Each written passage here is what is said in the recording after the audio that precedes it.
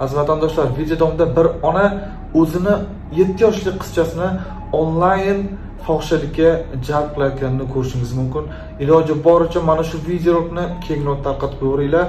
Mana shu videolar zero ichki ishlar xodimlariga yetib borib, mana shu ayolga nisbatan chora ko'rishlarini so'rab qolamiz.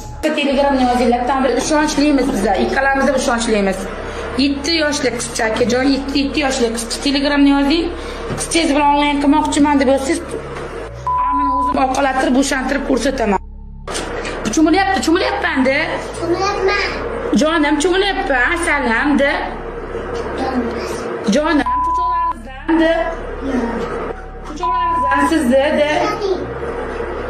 Rostdan qizim bo'shantiradi 7 yosh. Hozir 3,5 yoshga kiryapti. 3,5 yoshga kirishiga qaramay oyoqlarini umuman bosmaydi. Umuman qimirlamaydi, boshini tutolmaydi. Xullas harakatlaridan cheklangan.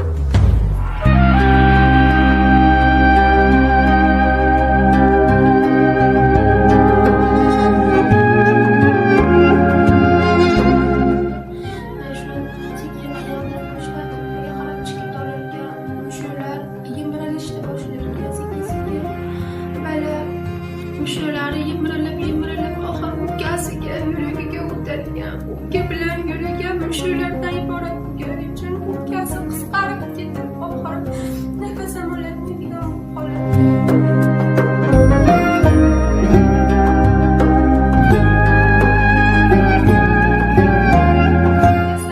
Davosi bor, lekin juda qimmat ekan. Davosi bor, turib nechta bolajonlar shu kasallikdan qolib ketyapti. Davosi borligi uchun juda qimmat bo'lgani uchun men xalqimizdan yordam so'rashga majburman.